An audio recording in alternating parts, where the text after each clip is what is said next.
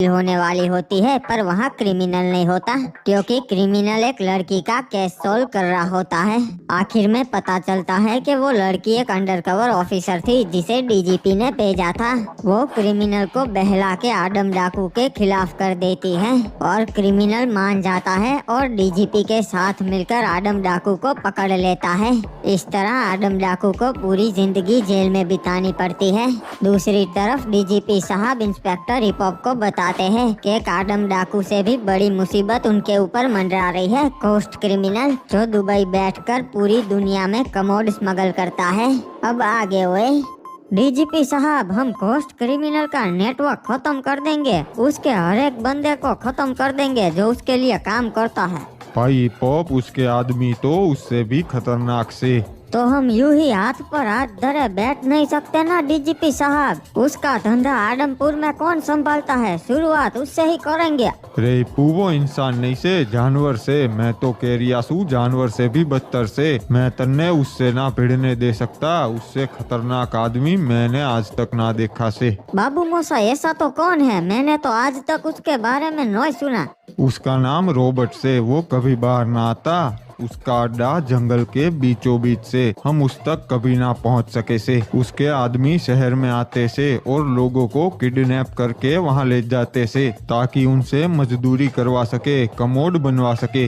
DGP साहब, मैं Robert को उसके अड्डे में घुसकर मारूंगा। हिप्पू, ठंड रख। तारे जैसा ही एक जाबाज अफसर था जो अपनी टीम को लेकर उसे मारने के लिए निकल गया था। सब लोग सतर्क हो जाओ। मुझे लगता है हम लोग रॉबर्ट के नजदीक है। मुझे उनकी आवाज सुनाई दे रही है। हाँ सर, वो रहे रॉबर्ट और उसके आदमी। बहुत सारे लोग हैं, साथ में वो लोग भी है जिसे रॉबर्ट के आदमियों ने पिछले हफ्ते किडनैप किया था। तुम लोग मेरे इशारे का वेट करना, मैं पहले जाके उसके एक आदमी को पकड़ लेता हूँ। मालिक, हमने आपकी सेवा के लिए इन्हें उठाया है।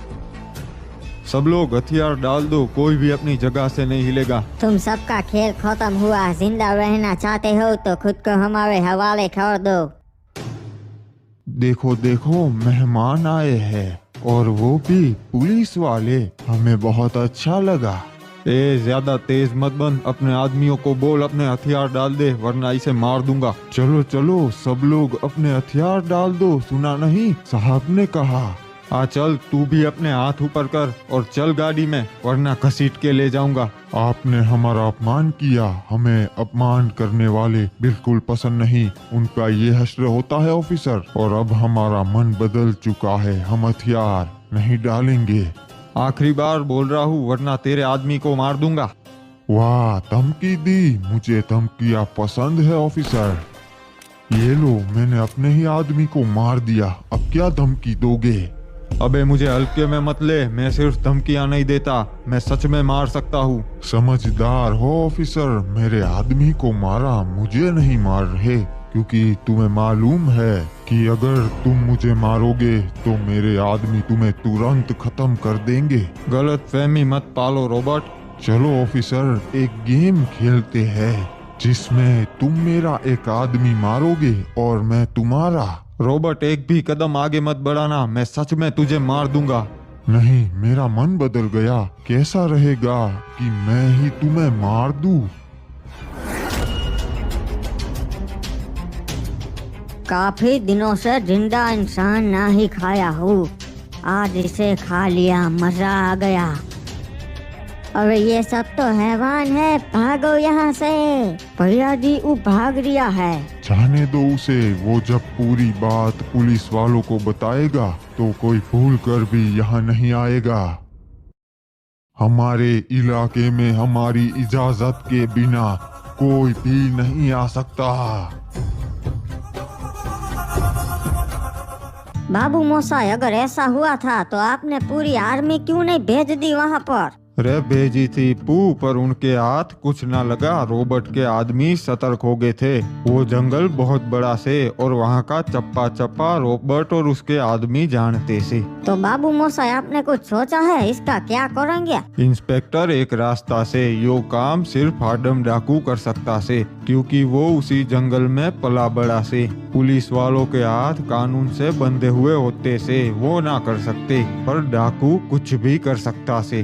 तो क्या करे, डाकू को छोड़ दे? कैसी बकवास बातें कर रहे हो डीजीपी साहब। और कोई रास्ता ना से हिप हॉप लोहा ही लोहे को काटता से। आदम डाकू ही घोस्ट क्रिमिनल का नेटवर्क तोड़ेगा।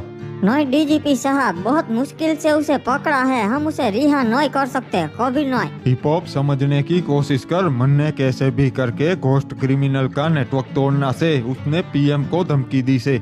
डीजीपी साहब, आपको जरा सी भी भनक है कि अगर डाकू को छोड़ दिया तो वो क्या क्या कर सकता है बाहर? हिप हॉप वो बर्बाद हो चुका से, वो कुछ ना कर सकता। उसके सारे आदमी हमारी गिरफ्त में से, उसके पास उसका धंधा भी ना से और एक फूटी कौड़ी भी। ठीक है डीजीपी साहब, जैसी आपकी मर्जी, पर याद रखिएगा कि अगर डाकू को रिहा किया तो उसका एनकाउंटर मेरे हाथों ही होगा। इंस्पेक्टर ठंडे दिमाग से सोच भाई। सोचना समझना हो गया डीजीपी साहब, अब मैं चलता हूँ। मुझे पता है कब क्या करना है। मुझे पता है डीजीपी साहब डाकू को छोड़ ही देंगे, पर फिर भी अगर वो मेरे एरिया में आया तो वो नहीं बचेगा। पता नहीं यो हिप हॉप हमारी बात क्यों ना मान रिया।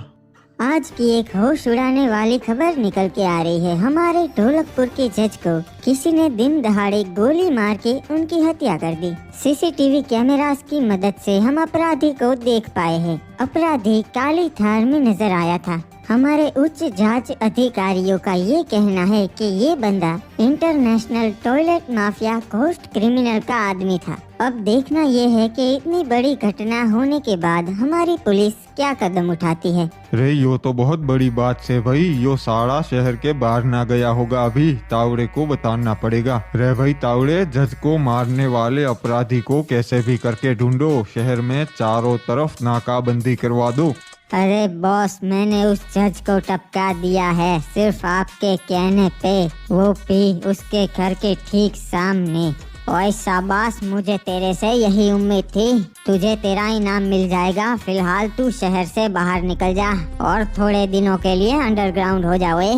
ठीक है बॉस, रखता हूँ। अजी कद्दू मेरा बॉस, नुबड़ी वाला गधा कहीं का, साले के लाखों लूट लिए, पता भी नहीं चला गधे को। डीजीपी साहब, मुझे खबरी का कॉल आया था। मुझे उस बदमाश का लोकेशन मिल चुका है, मैं उसके करीब ही हूँ। तावड़े एनकाउंटर कर दे उसका, बाकी का मैं देख लूंगो। ठीक है साहब, वो जिंदा नहीं बचेगा वो। अरे ये क्या, पुलिस वालों को मेरी लोकेशन कैसे मिल गई? मुझे इनसे पीछा छुड़वाना ही पड़ेगा। बदमाश, खुद को हमारे हवाले कर दो वरना अच्छा नहीं होगा।